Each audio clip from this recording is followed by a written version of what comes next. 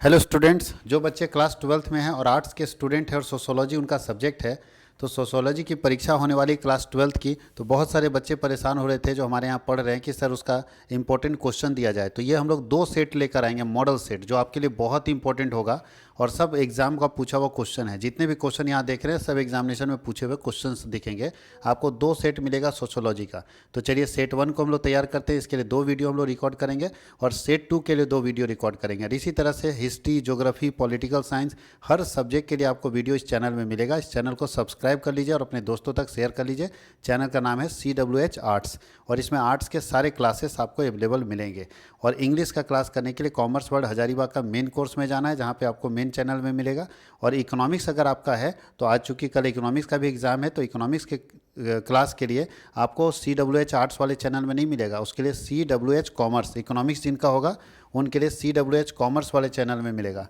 CWH commerce वाले में economics का वीडियो, वहाँ प्लेलिस्ट में जाएंगे तो सारा का सारा सजा हुआ रहेगा। यानी आर्ट, साइंस, कॉमर्स तीनों के लिए हम लोग फ्री क्लासेस लेकर आए हैं, जो यूट्यूब पे फ्री सीरीज चल रहा है। इसके साथ हम लोगों का अपना एप्लीकेशन भी है और एप्लीकेशन पे हम लोग ऑनलाइन क्लासेस भी करवाते हैं। तो जो हमारे ऑनलाइन और ऑफलाइन के बच्चे हैं जिनको सोशोलॉजी पढ़ना था, समाज शास्त्र पढ़ना था, उनके लिए मॉडल पेपर लेकर आए। तो इससे हमको लगा कि सारे लोगों को इसको फ़ायदा देना चाहिए, इसलिए इसको पब्लिक मोड में डाल दिया गया है। तो चलिए हम लोग बहुत समय ना बर्बाद करते हुए, आपके पास बहुत कम समय है तो इसको कंप्लीट करते हैं। 30 नंबर का सबसे पहले MCQ कंप्लीट करते हैं सोशोलॉजी। सोशोलॉजी में हम लोगों को समाज शास्त्र पढ़ना है, समाज के बारे में पढ़ना है, समाज के आसपास के कल्चर के बारे में पढ़ना है, संप्रदाय के बारे में पढ़ना है, समाज में जो पद्धतियाँ हैं उसके बारे में पढ़ना है। तो सबसे पहला क्वेश्चन आप लोगों को यहाँ पे पूछा हुआ है, आंसर भी हमने कर दिया। ये PDF अगर आपको चाहिए तो ये PDF हम लोग अपने टेलीग्राम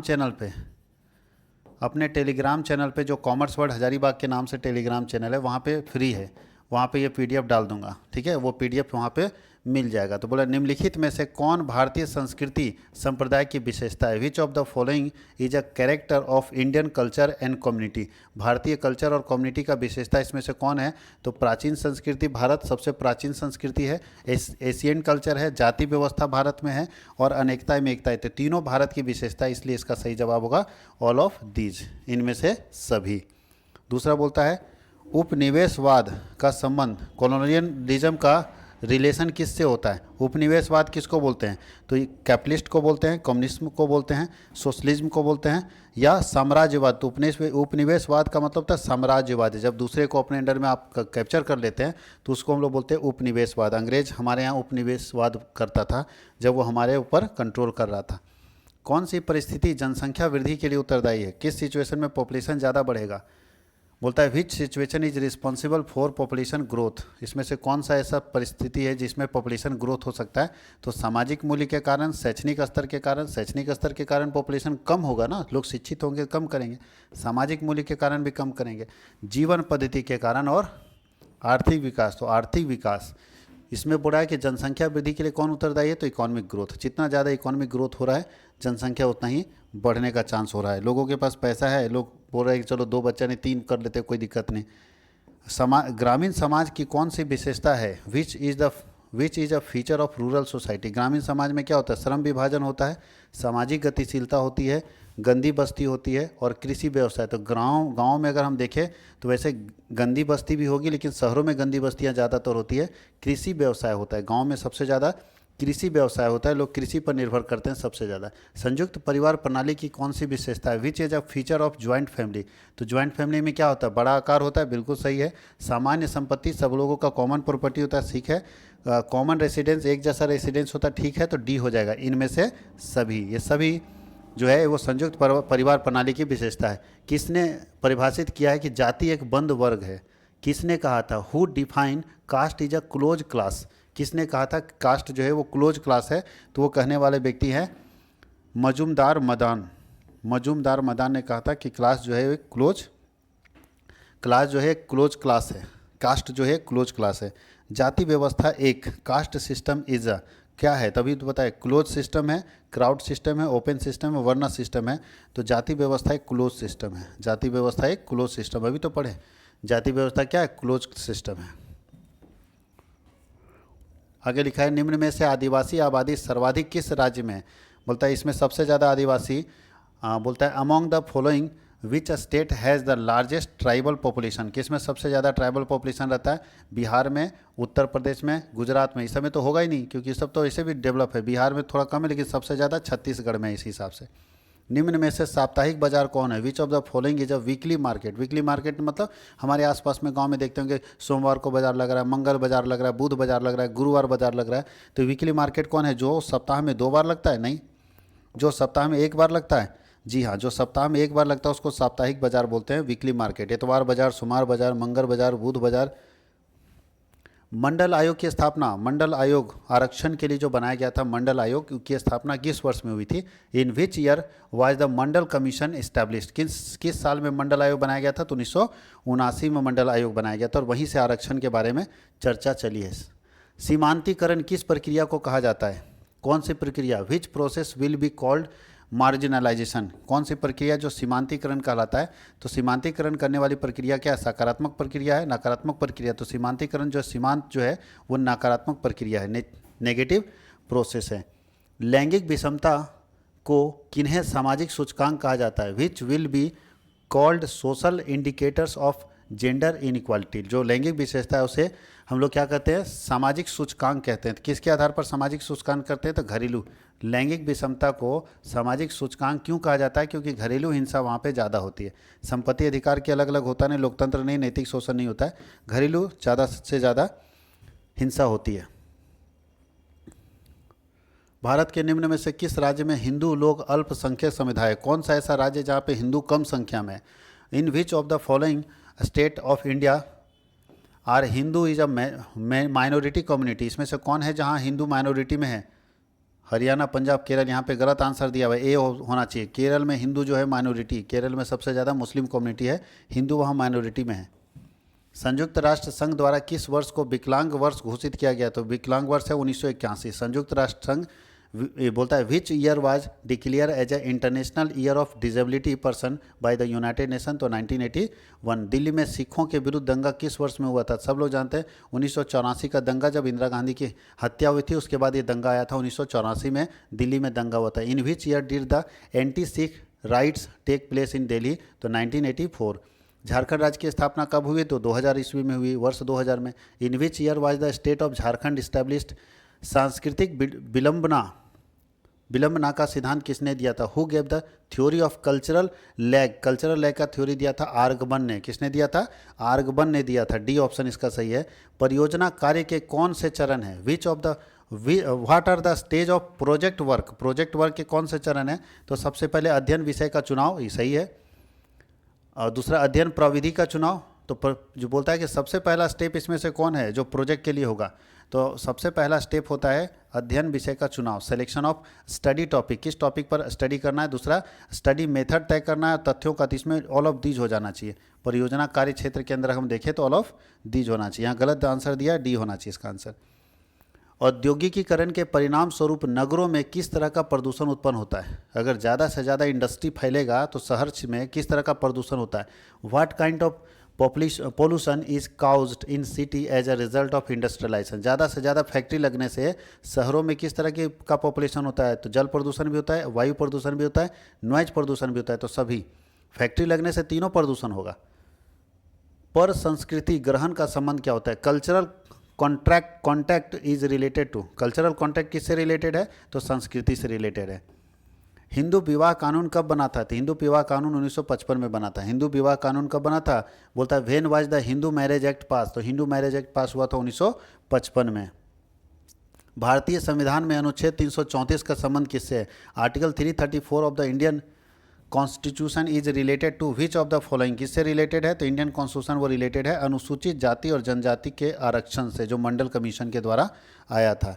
प्रजातंत्र की विशेषता है the features of democracy. Democracy का मतलब क्या है? कानून की दृष्टि से समानता, बिल्कुल सही है। तो पहला ही ऑप्शन सही है इसका। कानून की दृष्टि से चाहे अमीर हो चाहे गरीब हो, हर व्यक्ति समान है, यही प्रजातंत्र है। इसी को हम प्रजातंत्र बोलते हैं।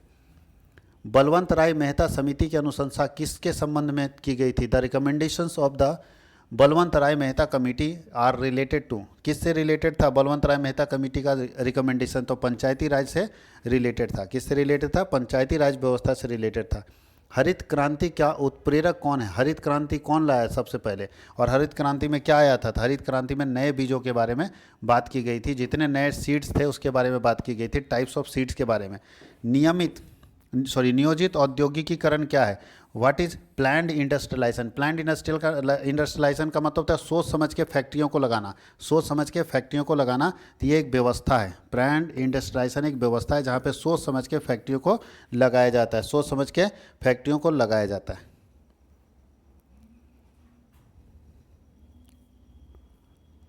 सामाजिक परिवर्तन में महत्वपूर्ण भूमिका निभाते हैं। Which of the following play an important role in social change? इसमें से कौन है जो सोशल चेंज में इंपॉर्टेंट भूमिका निभाता है? टीवी निभाता है, रेडियो भी निभाता है, समाचार पत्र भी निभाता है। तो ऑल ऑफ दीज हो जाएगा। भारतीय अर्थव्यवस्था का मॉडल किस तरह का? भारत में किस तरह का अर्थव्यवस्था है? पूंजीवादी, समाजवादी, मिश्रित? तो भारत में मिश्रित है। देखो, पूंजीवादी अर्थव्यवस्था में सब कुछ प्राइवेट होगा, पूंजीवादी अर्थव्यवस्था में सब कुछ प्राइवेट होगा। सोशलिस्ट अर्थव्यवस्था में सब कुछ गवर्नमेंट होगा, सब कुछ पब्लिक यानी गवर्नमेंट का होगा, सरकार का होगा। ठीक है, यहाँ पे सब प्राइवेट का होगा, यहाँ पे सब सरकार का होगा। ये अमेरिका में मिलता है, इस तरह की अर्थव्यवस्था अमेरिका में मिलेगी, और इस तरह की अर्थव्यवस्था रूस में मिलेगा, चीन में मिलेगा। और भारत में दोनों का कॉम्बो है। भारत में देखोगे प्राइवेट भी है, प्लस सरकारी भी है,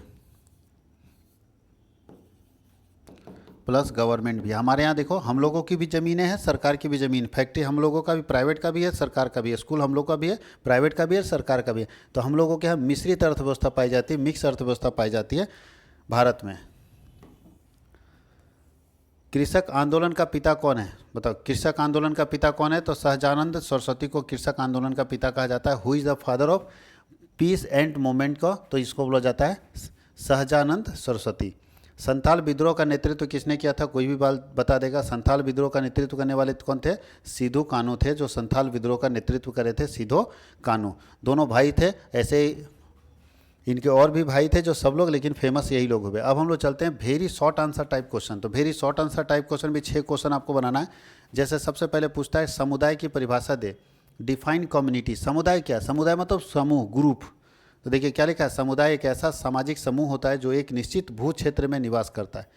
कम्युनिटी का मतलब क्या होता है? एक निश्चित जगह पे जो लोग निवास कर रहे हैं, रह रहे हैं, इन सबको समाज बोलते हैं या समुदाय बोलते हैं। यह समूह हम की भावना से प्रेरित हो, सब हम लोग अपने हिसाब से चलता है। तो बोलता है community is a social group that reside in a certain geographical area and this group is inspired by the feeling of we, हम लोग। एकाकी परिवार क्या होता है सब जानते हैं। बोलता है what do you understand by nuclear family? Nuclear family मतलब बस अपने अपने रह रहा है, पत्नी है, बाल बच्चे, बस। एकाकी फैमिली उसी को बोलते हैं। एक होता है ज्वाइंट फैमिली, संयुक्त परिवार, जहाँ पूरा खर खानदान, ठीक है, चचेरा बाबा और उसके बाद वाला बाबा जो है सब ज्वाइंट रह रहा है। तो ज्वाइंट फैमिली मतलब सारे फैमिली मेम्बर एक साथ रह रहे हैं। और न्यूक्लियर फैमिली का मतलब होता है एक अकेला, बस आप रह रहे हैं, आपकी पत्नी रह रही है, आपके बच्चे रह रहे हैं, उसको हम लोग बोलते हैं न्यूक्लियर फैमिली। याद रखना है, एकाकी परिवार जहाँ पे एक व्यक्ति ही निवास कर रहा है, उस परिवार को। अभी हमारे समाज में 2 तरह के परिवार से पद्धति है। एक है जो ज्वाइंट फैमिली है, जो संयुक्त परिवार प्रणाली है, जहाँ पे सारे लोग एक साथ रह रहे, बड़ा परिवार होगा, बड़ा घर होगा, खाना भी बनता है तो लगता है बारात का बन रहा है वैसे। और एक है न्यूक्लियर फैमिली, एकाकी परिवार, जहाँ एक व्यक्ति ही अपने परिवार में सब कुछ है। देखिए यहाँ लिखा है एकाकी परिवार शायद ऐसे परिवार से है जिसमें पति पत्नी और बच्चे हैं, वो भी अविवाहित बच्चे हैं। जब विवाह हो जाता है तो वो लोग भी अलग अलग हो जाता है। सामाजिक असमानता के बारे में, सामाजिक क्या है बताइए? तो बोलता है हमारे देश में लैंगिक भेदभाव है, लिंग के आधार पर भेदभाव का प्रमुख आधार सामाजिक ही है। सामाजिक मूल्यों और परंपराओं के अनुसार स्त्रियों की अपेक्षा पुरुषों को अधिक अधिकार दिए जाते हैं। यही तो हमारे यहाँ एक समस्या है कि समाज लैंगिक आधार पर लोगों को अधिकार देता है। तो महिलाओं की तुलना में पुरुषों को ज़्यादा अधिकार मिलते हैं, क्योंकि ये माना जाता है कि महिलाएं कमज़ोर होती है लैंगिक आधार पर। उनको माना जाता है वो घर में रहेगी, नहीं काम कर पाएगी। और पुरुषों को ज़्यादा तवज्जो दिया जाता है, क्योंकि यहाँ सामाजिक असमानता है, समाज में हर व्यक्ति को बराबर नहीं मिला हुआ है। परियोजना कार्य सामाजिक शोध से किस प्रकार भिन्न है? How is project work different from social work?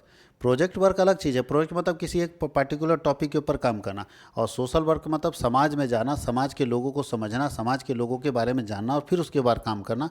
ये दोनों में अंतर आता है।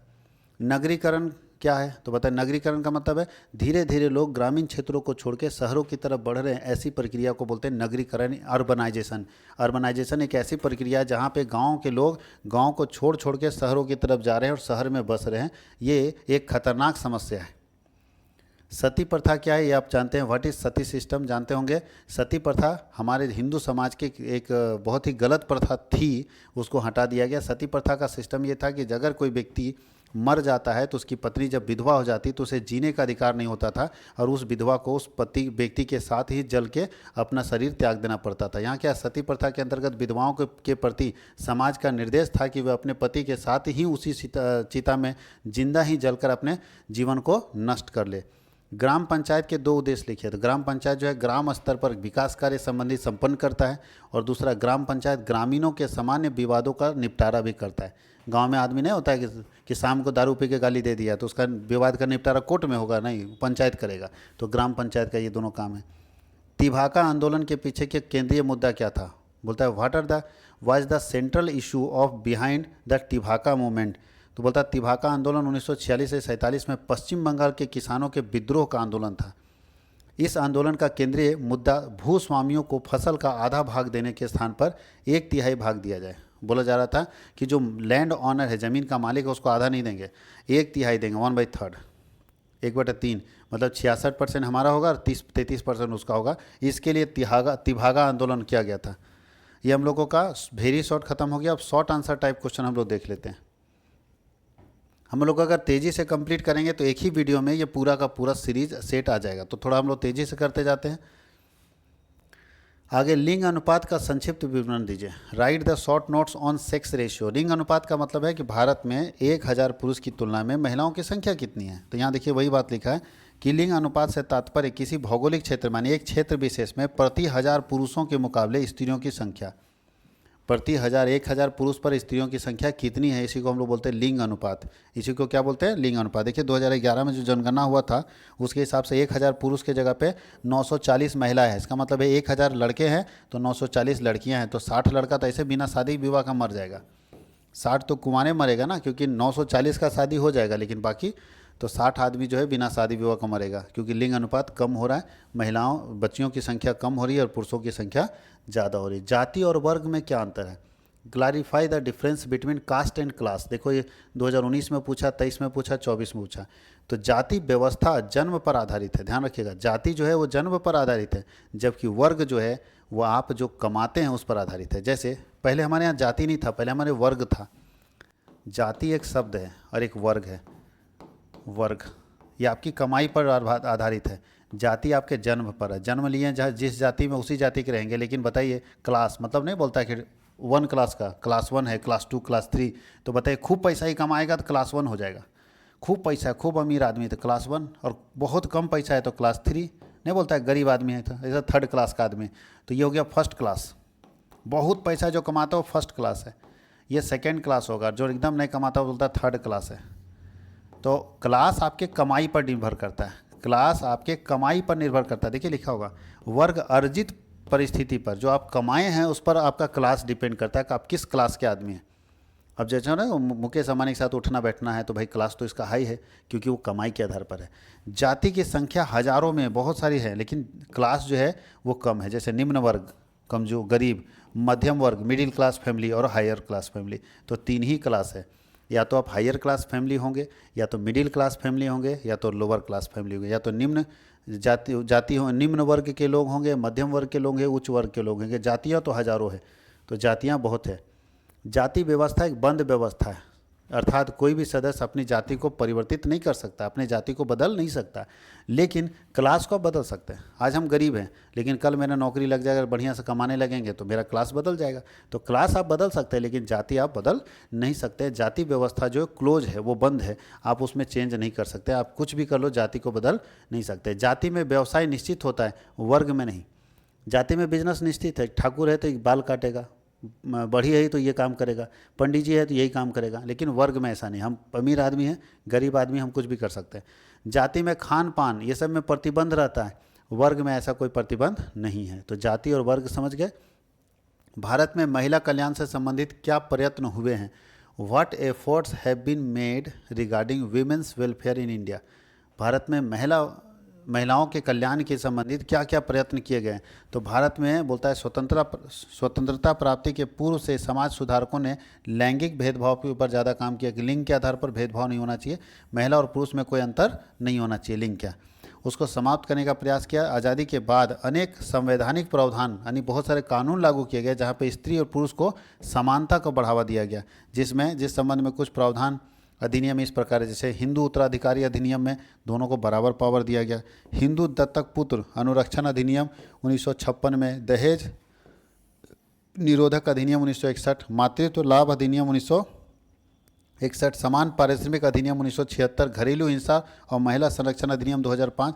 इस तरह से बहुत सारे कानून बनाए गए जिसमें महिला और पुरुष को बराबर का तबका दिया गया। तो महिला कल्याण के बारे में सारे कानून बनाए गए सरकार की तरफ से।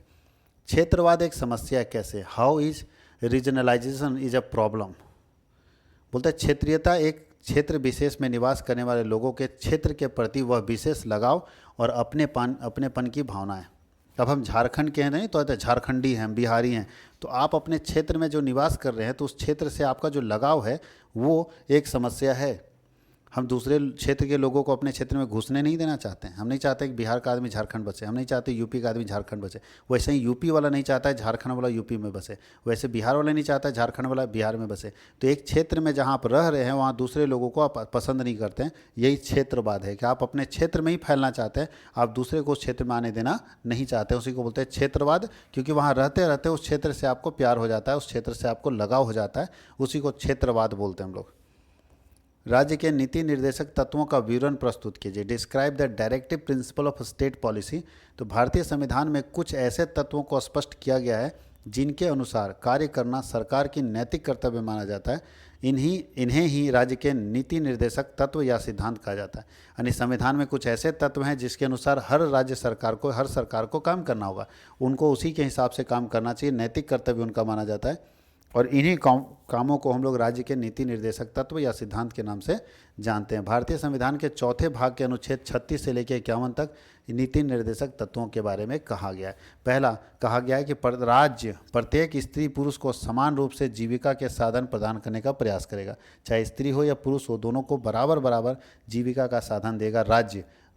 दूसरा है राज्य प्रत्येक नागरिक को, चाहे वह स्त्री हो या पुरुष हो, समान कार्य के लिए समान वेतन देगा। तीसरा, राज्य सभी नागरिकों को उनकी आर्थिक क्षमता के अनुसार कार्य करने और शिक्षा प्राप्त करने के लिए अवसर प्रदान करेगा। ये डायरेक्टिव प्रिंसिपल में लिखा हुआ है, नीति निर्देशक तत्वों में लिखा है। अगला क्वेश्चन है, ग्रामीण और नगरीय वर्ग की संरचना में परिवर्तन को स्पष्ट कीजिए। तो ग्रामीण परिवर्तन क्या हो रहा है, नगरीय परिवर्तन क्या हो रहा है। तो गाँव में आज़ादी के समय क्या था बताइए, जब हम आज़ाद हुए थे तो गाँव और नगर एक ही था, शहर और गांव एक ही था 1947 में। लेकिन 1947 में जब हम आज़ाद हुए तो देश की सरकार क्या करने लगी, शहरों के तरफ ज़्यादा ध्यान देने लगी, क्योंकि यहाँ पे फैक्ट्री लगने लगा, यहाँ इसको ज़्यादा फोकस करने लगा सरकार। तो जब सरकार ने शहरों की तरफ ज़्यादा फोकस करने लगी, यहाँ फैक्ट्री लगाने लगा, बिजली की सुविधा, पानी की सुविधा, शिक्षा की सुविधा जो है, स्वास्थ्य की सुविधा, सब सुविधाएं शहरों में बढ़ने लगे, तो गांव धीरे धीरे पीछे होता चला गया और गांव के लोग फिर धीरे धीरे कहाँ आने लगे, शहर आने लगे। लेकिन उन्हीं शुरुआत में दोनों बराबर ही थे, शहर और गांव लगभग एक जैसे थे। लेकिन जैसे जैसे आज़ादी मिली, सरकार का ध्यान जो है वो शहरीकरण की तरफ ज़्यादा गया, और वैसे वैसे ग्रामीण जनसंख्या शहरीकरण की तरफ शिफ्ट होना शुरू हो गया। वही बात यहाँ पे कहानी बना के लिखा हुआ है, ये पूरा PDF चला जाएगा। भूमंडलीकरण क्या होता है, ग्लोबलाइजेशन। तो भूमंडलीकरण एक ऐसी स्थिति होती है, ग्लोबलाइजेशन एक ऐसा स्थिति होता है जिसमें भारत की अर्थव्यवस्था को दुनिया की अर्थव्यवस्था के साथ जोड़ा जाता है। तो भारत की अर्थव्यवस्था को दुनिया की अर्थव्यवस्था के साथ जोड़ना ग्लोबलाइजेशन कहलाता है। इसी को वैश्वीकरण बोलते हैं या भूमंडलीकरण बोलते हैं। भूमंडलीकरण एक ऐसी प्रक्रिया है जिसके जरिए भारत की अर्थव्यवस्था को दुनिया की अर्थव्यवस्था के साथ जोड़ा जाता है। भारत की संस्कृति को दुनिया के संस्कृति के साथ जोड़ना, भारत के सिस्टम को दुनिया के सिस्टम के साथ जोड़ना भूमंडलीकरण कहलाता है। पूरे विश्व के साथ अपने आप को जोड़ देना भूमंडलीकरण कहलाता है। इसी को हम लोग ग्लोबलाइजेशन के नाम से जानते हैं। उसी का पूरा कहानी यहाँ लिखा हुआ है, देख लीजिएगा पढ़ के, तो पूरा कहानी यहाँ लिखा हुआ है। ये PDF हम आपको टेलीग्राम में सेंड कर देंगे। बिरसा आंदोलन से आप क्या समझते हैं, तो आप सबको मालूम है कि बिरसा आंदोलन क्यों हुआ था, बताइए। बिरसा मुंडा का नाम जो है झारखंड में बहुत प्यार से और बहुत आदर के साथ लिया जाता है। बोलता है बिरसा मुंडा को झारखंड राज्य में बहुत आदर और सम्मान प्राप्त है। छात्रावस्था में यानी छात्र की अवस्था में भूमि आंदोलन के समय इनका मिशनरी से मतभेद हो गया, लड़ाई हो गई और उन्हें स्कूल से निकाल दिया गया था। वे लोगों को उपदेश देने लगे, जनता में वे अत्यंत लोकप्रिय हो गए और इनके दर्शन करने हेतु दूर दूर से आने लगे। इससे ईसाई मिशनरियों में इनके प्रति क्रोध और ईर्ष्या की भावना पनपने लगी। आरंभ में बिरसा मुंडा का आंदोलन सुधारवादी था, मतलब सुधारने के लिए था, किंतु स्वतंत्रता की लड़ाई में अंग्रेजों के विरुद्ध हो गए और बिरसा शांतिपूर्वक तरीके से क्रांति लाना चाहते थे, परंतु उसके अनुयायियों के कारण हिंसात्मक आंदोलन के लिए मजबूर होना पड़ा। विद्रोह शुरू हो गया। जो कोंडाल हाथू के जर्मन मिशनरी चर्च को जला दिया गया और अंग्रेज़ों को मारा गया। और वहाँ जैसे अंग्रेज़ को मारा गया उसके बाद थाने को नुकसान पहुँचाया गया। उसके बाद जो है खूंटी थाने को जला दिया गया था, खूंटी थाने को भी जला दिया गया था उस समय में। उसके बाद जो है बिरसा मुंडा बहुत फेमस हो गया और अंग्रेज़ों ने फिर इनको घेर कर मारा। अब अगला लॉन्ग क्वेश्चन में बोला 4 क्वेश्चन का आंसर करना है। भारत में जाति व्यवस्था की विशेषताओं का वर्णन कीजिए। भारत में जाति व्यवस्था की विशेषताओं का वर्णन कीजिए। तो लॉन्ग आंसर टाइप क्वेश्चन हम लोग अगले वीडियो में लेकर जाएंगे। यहाँ तक आपको वीडियो कैसा लगा जरूर कमेंट सेक्शन में लिखेंगे। आप जैसा लिखेंगे उस हिसाब से हम लोग वीडियो लेकर आएंगे। हर एग्जाम से पहले आपके पास इसी तरह का वीडियो लेकर आएंगे जो बहुत काम का क्वेश्चन होगा आपके एग्जामिनेशन के लिए। Thank you.